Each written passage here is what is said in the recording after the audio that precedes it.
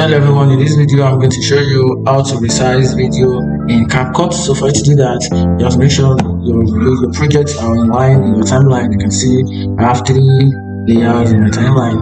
I have the video I want to edit, then the cover for the video, then I have a background music for my project.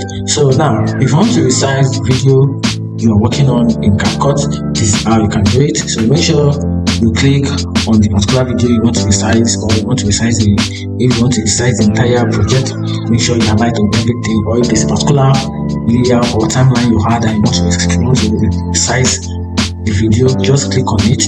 Once you click on it, then make sure you click on video on at this corner, right top corner. You can see we have options, we have video, we have audio, we have speed, we have animations, and some other stuff like that. But we have video. This is what we are working on. Because we want to resize this video, we want to resize it. So once you click on the video, then you use the scale. So right, just click on this and drag it in. You can see it has filled in the home screen, or you drag out. You can see that's it. And also there's another method you can use to resize, which is the ratio, called aspect ratio.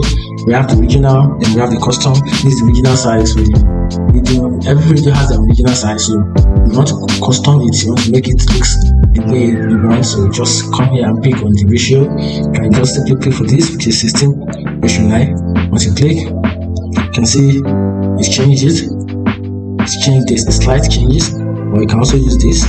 You can see it changed the whole entire screen. This actually changed the whole entire screen, and that's it. You can also pick another one, let's say 5.8 inches.